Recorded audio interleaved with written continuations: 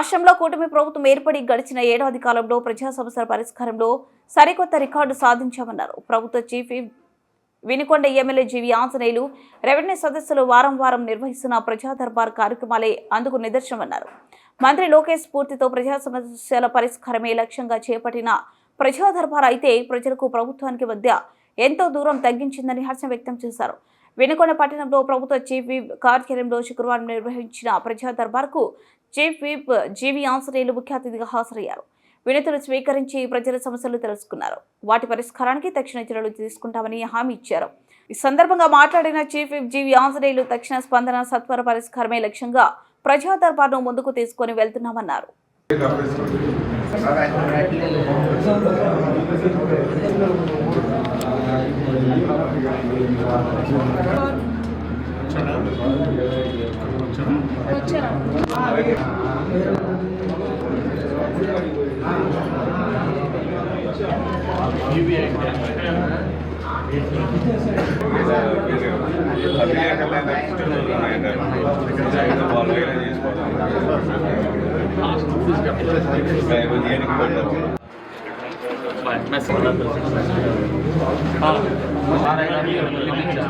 పిలిపించిన తర్వాత ఆయన సంతకం పెట్టారు. ఇది సరే ఆయన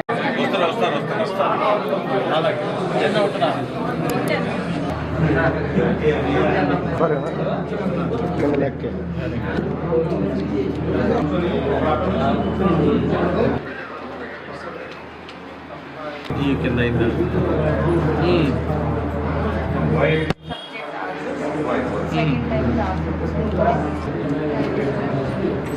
కింద పోయి తప్పిస్తుంది.